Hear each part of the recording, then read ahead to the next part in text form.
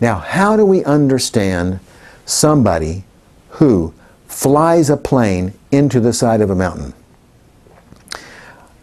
Here's the answer. That person was a 2-3-8-9. In other words, sometimes ego states move together. They're sort of in cahoots with each other. He must have experienced a lot of woundedness as a child. Number 2, wounded child. No doubt about it. Maldevelopment. He did not get his needs met in a safe and sane home environment in some way. He probably was indulged in some way. And so that's the number 3 child. In other words, I can go and do what I want, and when he was wounded in some way, in other words, he might have been told that he wasn't going to be advancing into captain, or over the years he might have been very wounded by girls, by women. That's oftentimes part of the picture. It said he had a girlfriend, but he told his girlfriend that someday he would do something that he would be known around the world for. He was planning on doing a tragic thing like this for quite some time. So it wasn't just depression. I'm going to end my life because I'm sad. No, there was a retributive component to that. And so that's the number 9 parent.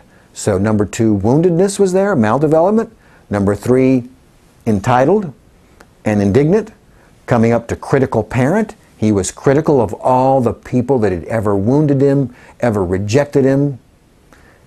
And he carried that pain and that drive to get them back, even if they weren't the ones on the plane. It didn't really matter. Everybody on the plane represented those people. And of course, they would be taught a lesson just by the fact that they would see the news. That's completely illogical, but that's what happens in the psychopathic brain. It's disordered.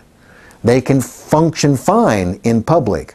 They can interact as if they've got a lot of adult, but behind the facade, there's not very much adult at all. It's blocked out, and there's a lot of 2-3-8-9.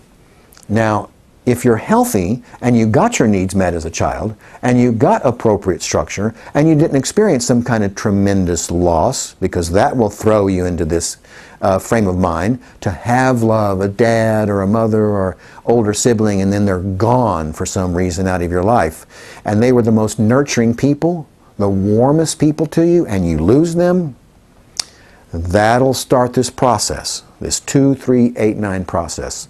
If you don't have that happen, then you'll grow up relatively happy and healthy, and you'll be able to stay in your 4, 5, 6 adult and 7 parent.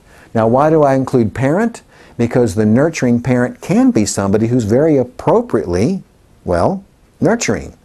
You can help a child, you can help a student, you can help a client learn something or accomplish something. There's nothing wrong with that, as long as you do it appropriately, and if you get pushback, you drop down into the adult, and that's when you start validating, and you start listening, and you start saying, of course, that makes sense, yeah.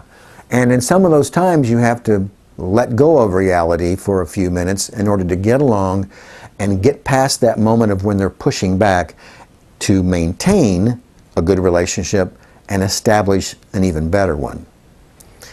There was no adult in the pilot who flew the plane into the mountainside. It was blocked out. And every shooter, every terrorist who puts bombs in a mall or walks into a school full of kids and starts shooting them dead, every one of them is maldeveloped in some way. They did not get their childhood dependency needs met. Thanks for listening. I'm Dr. Cedric Wood.